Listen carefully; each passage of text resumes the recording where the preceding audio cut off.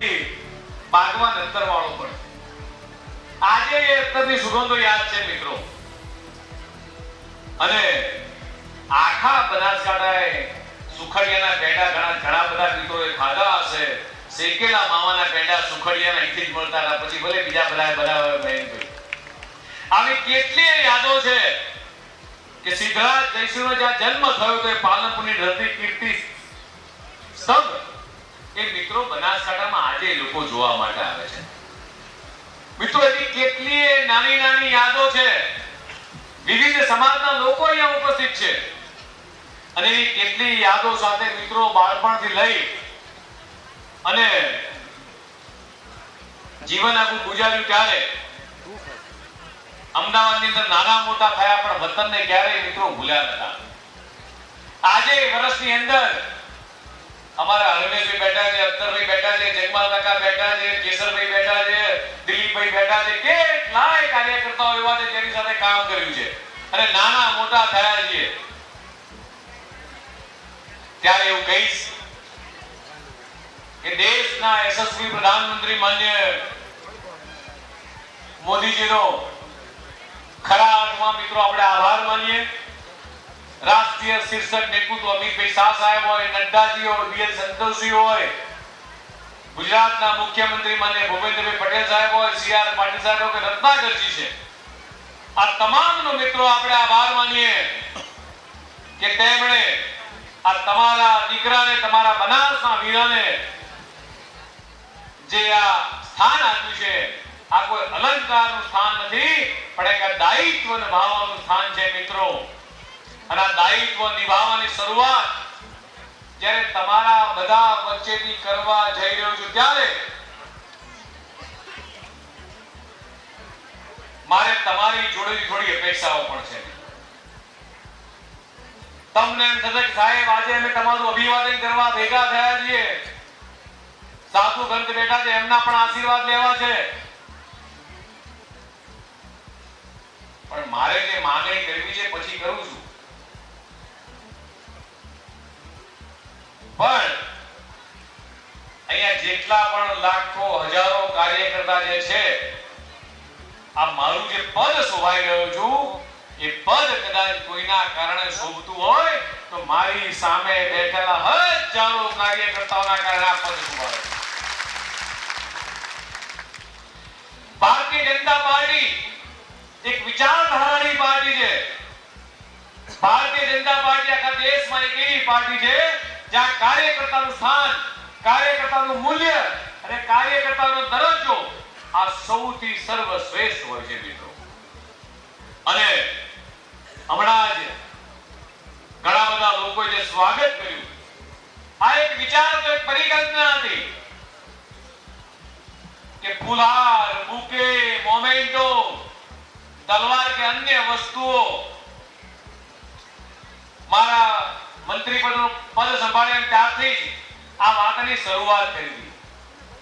અને જેટલા ચોપડા આવ્યા છે, જેટલા પુસ્તકો આવશે, જેટલા પણ બધી જ વસ્તુઓ આવશે એ અહીંયા ગાડી આ જિલ્લાના ભાજપ કાર્યાલયમાં કીર્તિસિંહ એમની ટીમ વાંચવાની પુસ્તકો હશે તો તમામ ગામડાઓની સ્કૂલોની લાઇબ્રેરીની અંદર આપવામાં આવશે.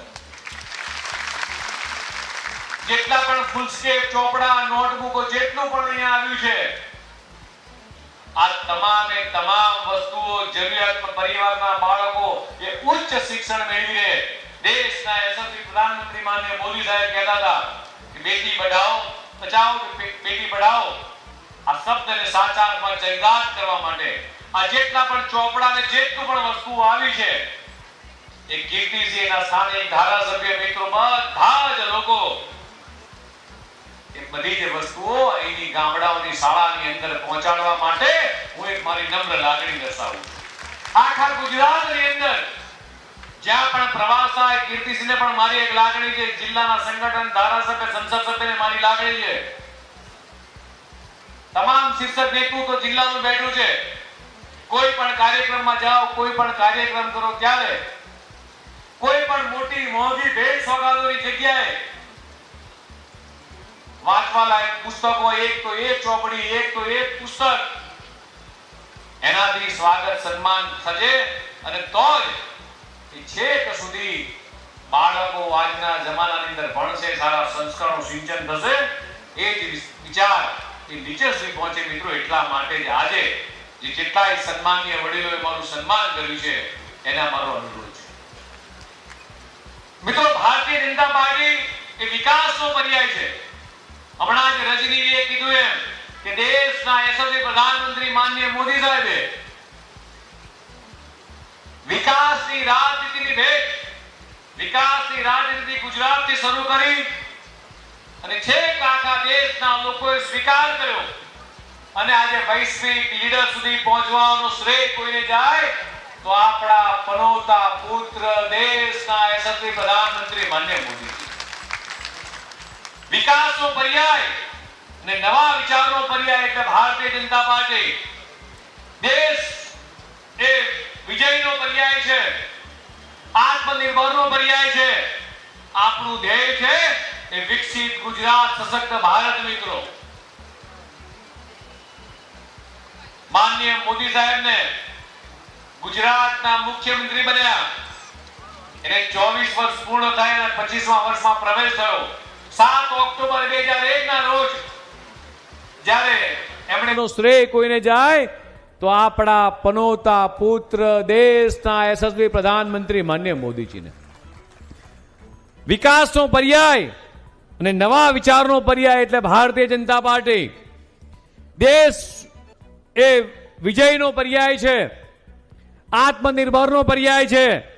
આપણું ધ્યેય છે એ વિકસિત ગુજરાત, સશક્ત ભારત. મિત્રો, માનનીય મોદી સાહેબને ગુજરાતના મુખ્યમંત્રી બન્યા એને 24 વર્ષ પૂર્ણ થયા અને 25મા વર્ષમાં પ્રવેશ થયો. 7 ઓક્ટોબર 2001 ના રોજ જ્યારે એમણે ગુજરાતના મુખ્યમંત્રીએ શપથ લીધા ત્યારથી લઈ અને આજ દિન સુધી જે જનસેવાઓ કરી છે એટલે અંત્યોદયની વિચારધારા છેક છેવાડાના માનવી સુધી પહોંચવાનું. એ ગરીબ કલ્યાણ મેળા હોય, ગામડામાં 24 કલાક વીજળી હોય કે દીકરીને આંગળીએ પકડી અને એને ભણવા મૂકવા જવાની હોય, કેટલીય યોજનાઓ. કદાચ યોજના ગણાવવા જાઓ ને મિત્રો તો સવાર પડી જાય. લોકોના સુખાકારી માટે દેશના યશસ્વી પ્રધાનમંત્રી માનનીય મોદી સાહેબ એ તમારા ને મારા કરતાય એ વધુ કામ કરી 18 થી 20 કલાક કામ કરી દેશની 140 કરોડ જનતાની સુખાકારી માટે સતત ચિંતા કરતા હોય છે. અને કદાચ શ્રમ રોજગારની વાત થાય મને કહેતા આનંદ થાય. બનાસકાંઠા જિલ્લા આજ શ્વેત ક્રાંતિનો જિલ્લો કહેવાય, હરિયાળો જિલ્લો કહેવાય.